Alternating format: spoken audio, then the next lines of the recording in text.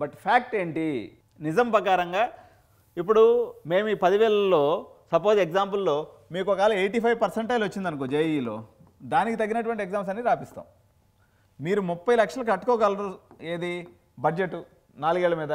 మీకు కొన్ని కాలేజీలు ఇందాక మీరు చెప్పినట్టుగా మణిపాల్ కానీ, అమృత కానీ, బిట్స్ పిలాని కానీ, లేకపోతే XYZ కాలేజెస్ ఏదైతే ఉన్నాయో, అమృత, మణిపాల్, SRM, శివనాడర్, ఇటువంటి కాలేజెస్.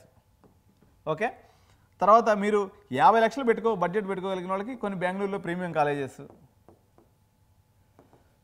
ఓన్లీ 10 లక్షలకు మించి కట్టలేరు, అటువంటి వాళ్ళకి ఏం చేయాలా? మీకు SRM, విట్టు అవన్నీ రాయించి ఏం ఉపయోగం అండి? 10 లక్షలకు మించి ఫీజు కట్టుకోలేనటువంటి పిల్లల చేత SRM, విట్టు, శివనాడర్ రాపించడం ఎంత అన్యాయం?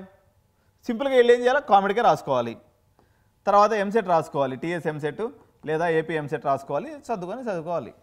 సో ఈ రకంగా ఒక ప్రాపర్ గైడెన్స్, అంటే జేఈ మెయిన్స్ రిజల్ట్స్ అనేవి మీకు ఆల్రెడీ మా దగ్గరికి వచ్చినా, లేకపోతే ఈ వీడియోని పూర్తిగా 1-2 సార్లు విన్నా, మీ రిజల్ట్ మీ చేతికి వచ్చేసినట్టే.